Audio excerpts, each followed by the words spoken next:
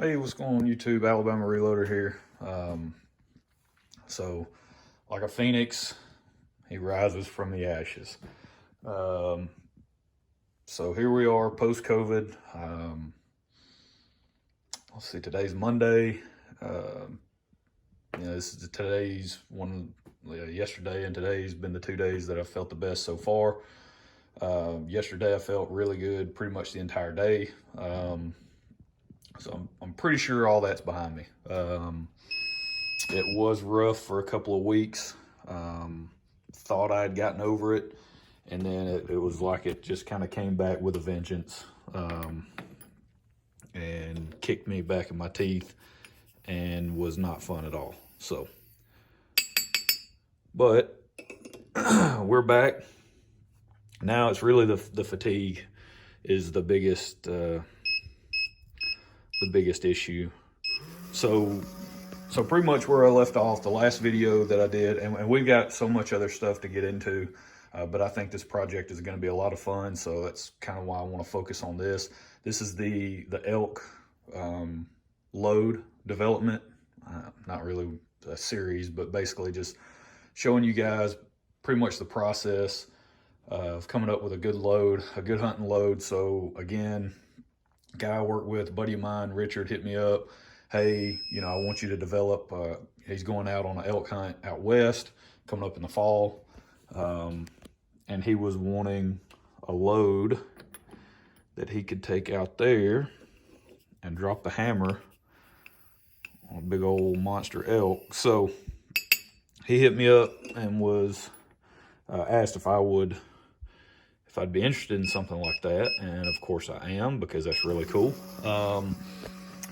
So I started looking into it.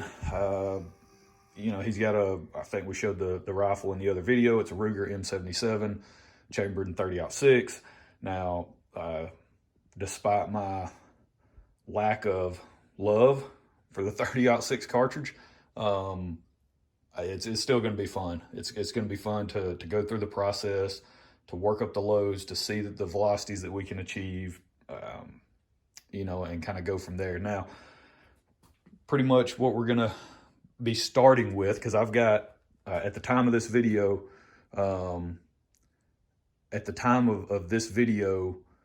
the Natchez Shooter Supply has powder in stock. So it might be out of stock by the time I'm able to post this video. I'll try to get it posted as soon as I get done with this.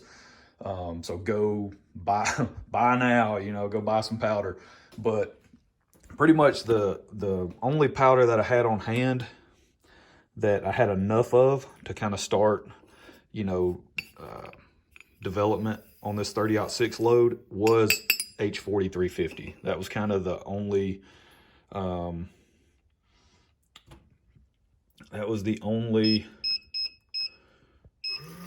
powder that I had. I got an 8-pound jug of it right there that was basically unopened. Used very little out of it. So I had plenty of that to where I could go and start diving off into load development. And then, if we had some good velocity numbers, we could tweak seating depth and start to really play around with it. And, I wasn't going to run into a situation where I might not have enough powder to actually, finish out some loads and give it to him, hey, here you go, and roll on. So that's what we're starting with. But because I've been able to find some powder here lately, Mr. Big Guns over in Huntsville, they got a shipment of Shooter's World powder in last week. Of course, it's all gone now, but I was able to get some Shooter's World 4350, which is not a direct comparison, or not. It's the slowest of the 4350 powders, slowest burning, so it's slower than H4350. And on their little website, they're right up about it. They talk about how, I think it's long rifle, their long rifle powder. Let me get this punched in so I don't forget. 54.3. On their little write-up on their website, they talk about Shooter's World long rifle being a kind of more of a direct comparison to H4350. They say they get questions all the time about alternates to H4350. They recommend long rifle. So for you Creedmoor guys, supposedly that powder is supposed to be optimized for the Creedmoor. But Shooter's World 4350 would work well in something like 30-06 because it is a slow burning powder. So you should get pretty good case fill, which I don't know if you guys can see exactly where that's at, but we're getting really good case fill with H4350. And so that's the powder we're using. We're using brand new Lapua brass. So awesome stuff. Again, I was wanting to kind of go with the best components that I could put together. I had some of this laying around, 40 pieces of it, so that's what we're going to go with. The bullet that I picked to start off with is the Barnes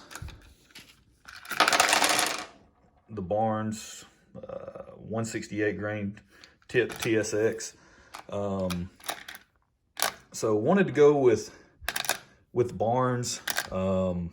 Either I wanted to go with something solid copper, or a bonded bullet. Well, of course, when I bought these bullets, it was a few weeks back, couldn't find any bonded bullet that I wanted to actually use. I couldn't find anything in stock. And so these popped up in stock, so I was able to grab them. And so that's what we're gonna go with. 54.3, so now we need to go 54.1.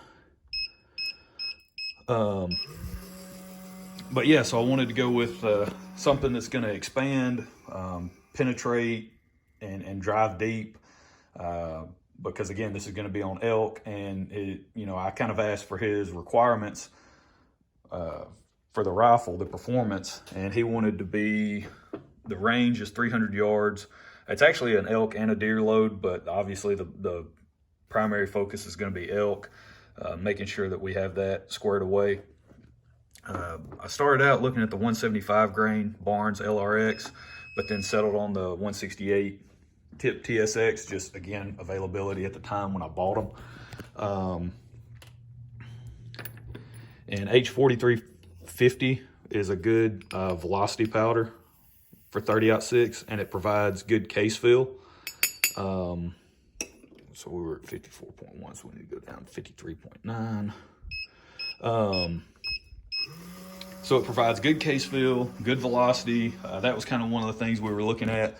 He's got a requirement to where he wants to be, 2 inches high at 100. So that way, basically he's just holding on the animal out to 300. So that's his shot distance that he feels comfortable taking the shot is 300 yards, but he wants the trajectory. I think it's like no more than 8-inch drop at 300 yards or whatever. And so I started playing around with the numbers in my ballistic calculator, and if we can get this guy over 2,800 feet per second, 2825, 2850, then we'll be, I think if we're at 2850, I think we're at like less than 7 inches drop at 300 yards if we zero it 2 inches high at 100. And it's bringing a ton of energy, which is really good. You'll hear people throw it, like, go watch Hunt Simple if you want a better detailed breakdown of his thought process on energy required to kill an elk at distance, because he goes out to 400 yards on his load development. But he talks a lot about 1,500 foot-pounds being what he feels comfortable for an elk load at 400 yards. And so we're at 1933. Now this was on I think that was on like the 175 out at 300 yards, but I think if we can push the 168s around 2850, I think we're like over 2,000 foot-pounds or somewhere close to it out at 300 yards. So I mean, we've got plenty of energy downrange to just absolutely, lights out on an elk. So I'm pretty excited about that. So that's kind of our velocity target, is anything above 2,800. And another reason why, H4350 is a good candidate is because of its temperature stability, right? I mean, this is a hunting load that he's going to be taking out in the field. And so now, of course, it's March. What's today? March 1st, actually. Yeah, today's March 1st. And, you know, we kind of had a flip just a couple of weeks ago. We had snow, and now we've got nothing but rain for like the next 7 days. Highs are like in the 60s or whatever it is. And so we're going to be working up this load and, you know, kind of in that environment, and probably in some warmer weather too as spring rolls in. But I wanted something that wasn't going to fluctuate a whole lot in temperature, right? The variability of that temp. I wanted something that would perform very consistent in basically all weather conditions. So H4350 is a good option for that. I've already seated one just to get my overall length. And that's the thing. I'll show you guys where I measured using the Hornady overall length gauge that everyone hates. So to the lands, using those Barnes 168, and that rifle, it's 3.36 inches. The manual, whatever, where's it at? Oh yeah. Like you'll see in the manual, it's calling, now it doesn't have the 168 tip TSX. You have to go online to get that load data. It's like 3.218. You know, that's the bonded or whatever, they're banded solid, whatever. 3.225, 3.205, 3.218. So that's all their 165 and 168 stuff in their manual. So, and then their manual, you'll see H4350, 55.5. We're at 28.25. So 97% case fill on the load density. So that's really good stuff. There were some other, you know, higher velocity options that, like I've got some Reloader 19, but the problem is I've already got a load worked up for my dad that uses Reloader 19, and I just don't have enough of it to spare. IMR 4350, same deal. I've got like less than a pound of that stuff left. But Accurate Big Game, or Ramshot Big Game, so again, Natchez Shooter Supply has powder in stock. They actually have Big Game, so I've got 2 pounds of that on its way. Just ordered that today, so that's going to be another really good velocity option that we're actually going to test on, you know, in this load or whatever. But I had to go online to get the load data for the tip TSX, and it was the same deal as what we just saw. So online they show 55.5 as being the max. If you go and look at Hodgdon's web load data, you know, it's not the 168 tip TSX. It's like a, I don't know, I think it might be a Hornady bullet or something, but they show for that 168 grain class 55 to 59 grain charge weight range. But with Barnes, one thing you got to keep in mind with it being a solid copper bullet, these bullets are a lot longer than your standard you know, lead core. So for an example, you know, that's a 165 grain Spear Gold Dot, right? Bonded lead core bullet. I mean, look at the Barnes, you know, so it's just because of the fact that it's copper alloy that, you know, they're a lot longer than your traditional bullet designs that are, or bullet construction that are basically the same weight. So you just have to keep that in mind when you start playing around with like max charge, like this guy right here. You know, these are probably going to be compressed loads. Definitely no, I mean, there's no powder movement whatsoever in this. That's with the 55.5 grain, and that's with me seating these long. These are at 3.320, so we're 40 thousandths off the lands from what we measured. So, but I wanted to seat them longer just because we are going to be working at max or near max, or at least that's where we're performing our testing, our velocity testing. That's what we're doing here. Loading up 10 rounds. This is 55.5, and then working back in 0.2 of a grain increment. So we're just going to try to find where we can have good kind of that velocity plateau, that velocity node, where we're at 2,800 feet per second or higher. So that's really the goal, is to get over 2,800 feet per second, and then also, you know, MOA accuracy is what we're looking for. So we're looking for 3 shots. For this rifle, it'll be 3 shots, you know, an inch or better, right, is really the goal. And now that I'm a member of Hobbs Island Shooting Range, I'm able to actually test this load out to the desired distance, right? 300 yards. The range goes all the way out to 380. So I can actually put shots on target out to 300 while I'm testing things out. If I come up on a good load and I think I've got it nailed down, I can go ahead and put shots on target at 300 yards and just double check. So that's going to be really cool, and it's going to help out the process. So that's really all we're doing. Got the Hornady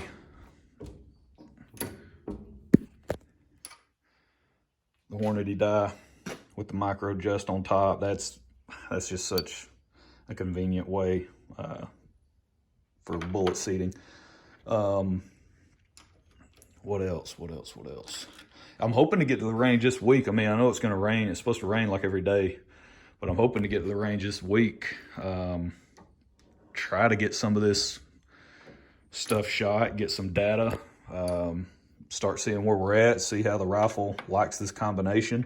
We may have to switch to a different bullet, you know, different powder. Like I said, I've got Ramshot Big Game coming in, so I'm really excited about that. I've been wanting to get my hands on that powder for a while, or at least once Richard asked me about this, I started looking into it, and I've really been wanting to try Ramshot Big Game, so I'm pretty pumped that I've got 2 pounds of that coming in. And then also, you know, if any of y'all out there, you know, if you go elk hunting, if you have a really, you know, kind of a favorite elk bullet, I'll say, you know, let me know what that is. I mean, I don't hunt elk, never have I ever. So I'm just going based off, you know, other people's experiences. These barns are supposed to be extremely good, big game, basically big game animal bullets. So that's what I want to go with. 168 grain. That's got a good sectional density. You know, we're at 253 on our sectional density, so that's going to help with the penetration capabilities of the bullet. And if we're driving it, you know, 28, 25, 28, 50 at the muzzle, that's really going to be able to drive deep on an elk out to 300 yards. So I'm looking forward to it. Hope you guys are as well. Y'all hang around. Oh, the primers are Federal large Magnum rifle, basically because this is what I have the most of on hand. You know, my other stuff is dedicated to other loads that I've already got worked up, but I've got a brick of these sitting around, so I can throw these at the load development. So we'll go from there. I think that's it. Trying to get back in the swing of things on making videos and all that. It's just after being out for a couple of weeks, it's just really, it's taking its toll. So I'm trying to recover the energy factor and all that. So that's it. That's all. Y'all, you know, stay tuned, follow along as we try to work up this load, and we'll go from there. We will catch y'all next time. Y'all have a good one.